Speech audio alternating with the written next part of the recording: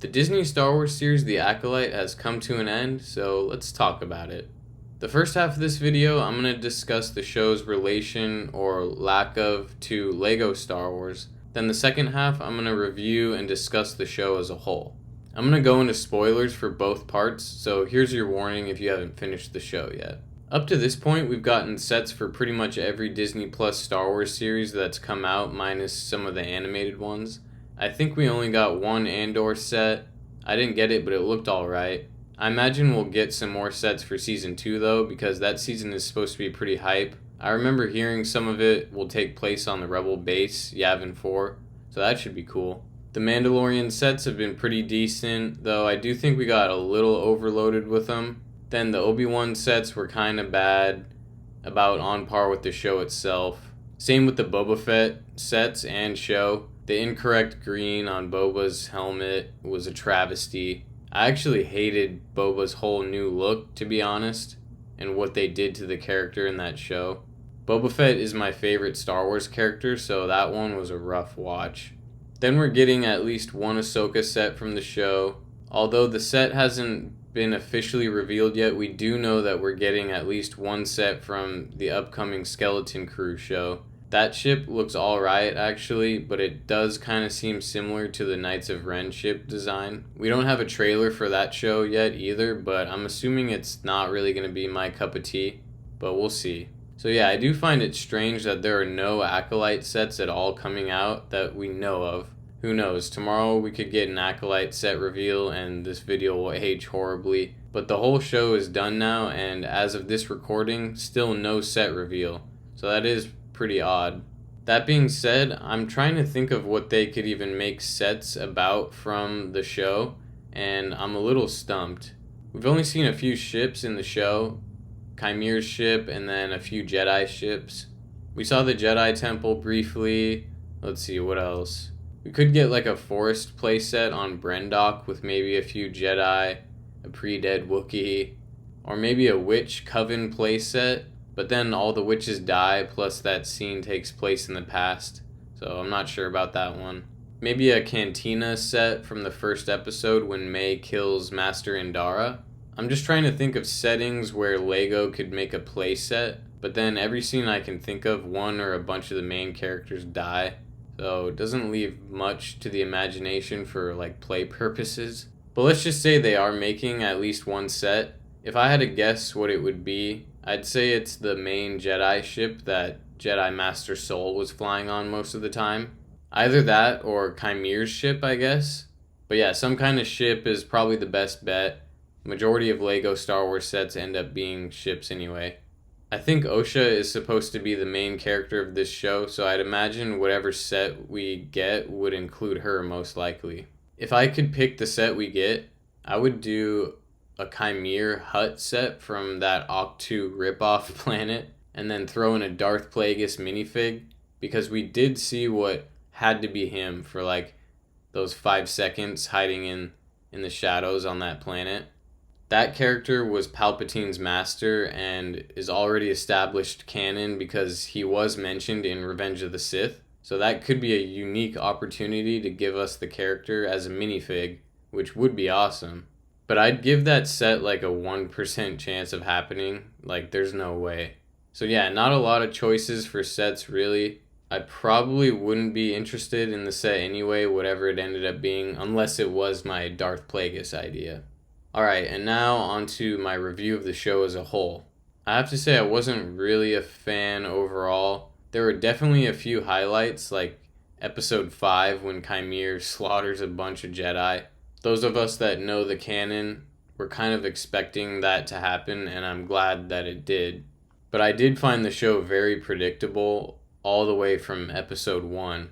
That's kind of the problem when you're working within a very specific timeline. If you want to respect established canon, which one could argue this show didn't even really do that, but even so, there are general parameters set up in George Lucas's prequels that should be followed. The Jedi Ki-Adi-Mundi made an appearance in this show, and we all know what he said in Phantom Menace, which is that the Sith have been extinct for a millennium.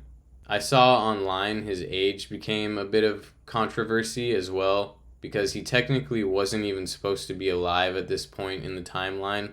I didn't really care much about that, but my real concern with his appearance was that he was going to become aware of a Sith in this timeline, and that he would be kind of retconned to be a big fat liar. He didn't end up being involved in the rest of this show, so jury's still out on whether he became aware of the Sith in this timeline or not. Anyway, this is supposed to take place towards the end of the High Republic era, which is supposed to be the Jedi at the height of their power. From the very beginning of the series, we learn that the Senate is running an external review, or essentially an audit of the Jedi's activity. So for me, immediately I knew this series would end with a massive cover-up. That, along with some other reasons, made it very obvious for me. But this is still 80 to 100 years before Phantom Menace, and we're being told that the Jedi have been reckless enough to warrant an external audit from the Senate. And it just doesn't really add up to me.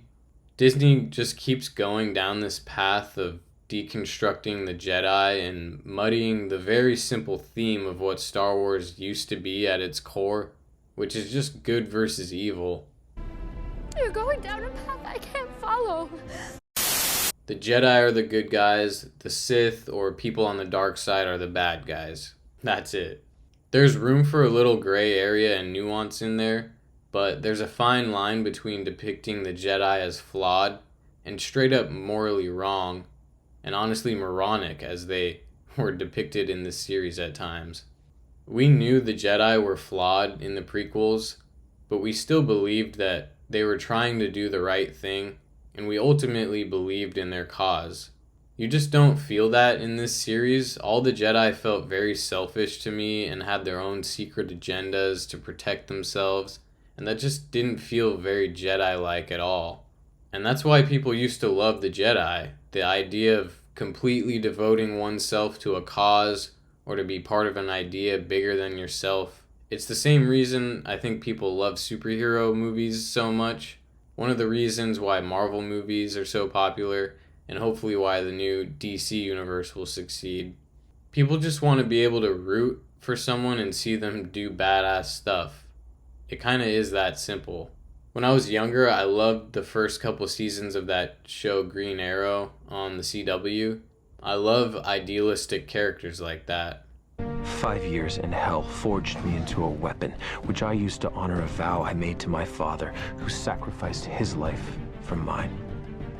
In his final moments, he told me the truth, that our family's wealth had been built on the suffering of others, that he failed our city, and that it was up to me to save it and right his wrongs. But to do that without endangering the people closest to me, I have to be someone else. I have to be something else. Moira Queen, you have failed this city! But yeah, so the Acolyte show reportedly had a $180 million budget, which is double the budget of the Obi-Wan show. You'd think it would be the other way around because Obi-Wan is one of the most popular characters in all of Star Wars, and at the time the story they were gonna tell was very anticipated, with another confrontation with Vader. So where was the love for Kenobi, Also, a lot of times you couldn't really tell where the budget went on this show. There wasn't much action. I feel like the show spent most of the time on Brendok and then some on the Sith planet. So that's only 2 main locations from what I can think of. Then there are parts where the show still kind of has that overall feel of Disney Plus cheapness that all of the other shows suffered from. I think I read that they didn't use the volume at all, but there were still a few scenes to me that felt volumey. I think majority of fans demand higher quality in their Star Wars now, higher production value, at least I do. I hated the sequel trilogy, but the one thing they got right were the visual effects, such as the look of the lightsaber effects.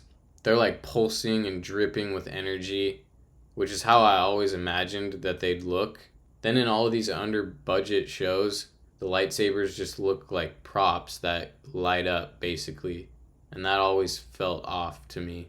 They look a little better in this show, but still not on par with the sequels. Overall, I thought The Acolyte was lacking in quality of writing, which resulted in a very contrived story that was honestly easy to pick apart. Everything bad that happens to a character in this show ends up being their own fault because they aren't saying what they need to say. For example, May's whole deal as a kid is that she wanted Osha to stay with the Coven, while Osha wanted to leave to become a Jedi. But May witnessed the Jedi soul kill their mother, and she had a moment in that flashback where she could have told Osha the truth, but she didn't for whatever reason. If anything could convince Osha to stay, you'd think telling her that would be May's best bet, you know? She doesn't tell Osha the truth until the finale episode, so that was just a little frustrating. And then a little recap on the episode 8 finale. It starts with May escaping to Brendok. Sol chases her through some kind of debris field, which is incredibly stupid because, one, she doesn't have a hyperdrive, she even says that, so she literally has nowhere to go but to the closest planet, which is Brendok. So Sol is kind of a moron for following her into the debris field, knowing he could have just waited for her to head to Brendok, then followed her there. Felt like they just wanted a ship action scene there, so they kind of forced it. Who knows? In the end, the twins Osha and May end up being kind of the least interesting part of this story, even though they're supposed to be the main characters. Their arc leads to a confrontation between the two, and they have a fist fight, which, to be honest, was kind of lame. Meanwhile, Sol and Chimere are having a lightsaber duel that is decent, but nothing too exciting. Then finally, May is able to prove to Osha that it was Sol who killed their mother, which in itself is kind of debatable if you see how it happens in that flashback.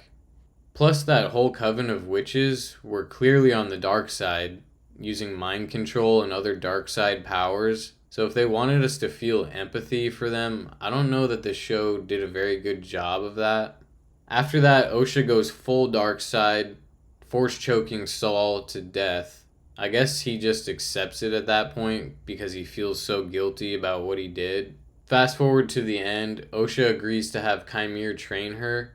Then Chimere mind wipes May, leaving her with only memories of when she was 8 years old, which is kind of weird. It's like when shows and movies pretend that the characters only remember things that the show or movie showed you.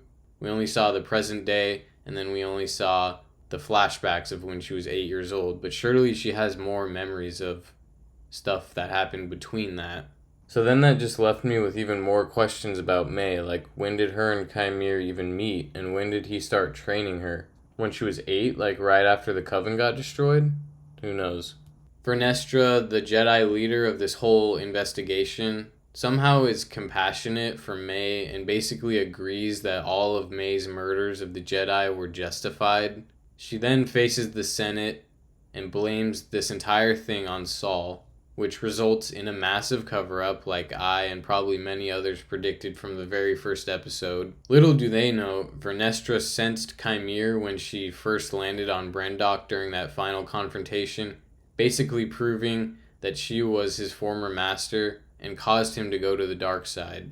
So in the end, I'd almost say Vernestra is worse than all of them and is actually the real villain of the story. I had heard from some people that in the High Republic comics or books or whatever, that Vernestra is a badass. I wonder what they would think of her after seeing this. Or I wonder if this show was like someone's first introduction to Star Wars and the Jedi. They'd have to think that Vernestra and the Jedi are completely evil and selfish, right? I grew up wanting to be a Jedi, but if I saw this as a kid, I don't know who I'd be rooting for. Literally, who in this show is there to root for? Who is the hero of the story? You have May, who is a Jedi murderer.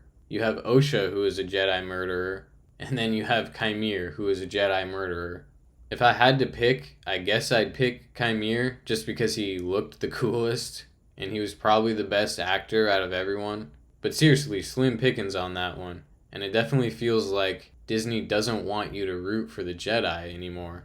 And when you really think about it, it's hard for me not to blame Vernestra for this whole thing, like when you think about cause and effect, and maybe that's what the writers wanted. If Chimere isn't in this story, then May doesn't get trained in the dark side and coaxed to kill the Jedi at the beginning, which caused this whole thing.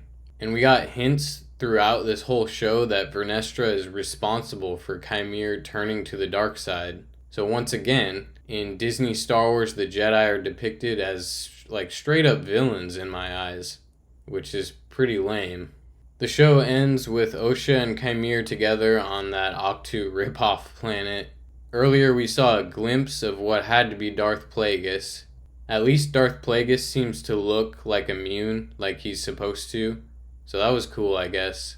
I honestly expected them to change him completely. But now knowing all this is connected to Darth Plagueis makes me even less interested, because we all know how that story goes. Palpatine's master is Darth Plagueis, so that means that at some point both Chimere and Osha die or don't really accomplish anything. It all just feels a bit pointless at the end of the day. And Chimere's whole shtick was that he wanted a pupil. Okay, so he got one. But a Sith's only reason for wanting a pupil is to overthrow their master because of the rule of two. But since Palpatine already exists in canon, and we know Palpatine was the one who eventually defeated Plagueis, we know Chimere and Osha will not succeed in that.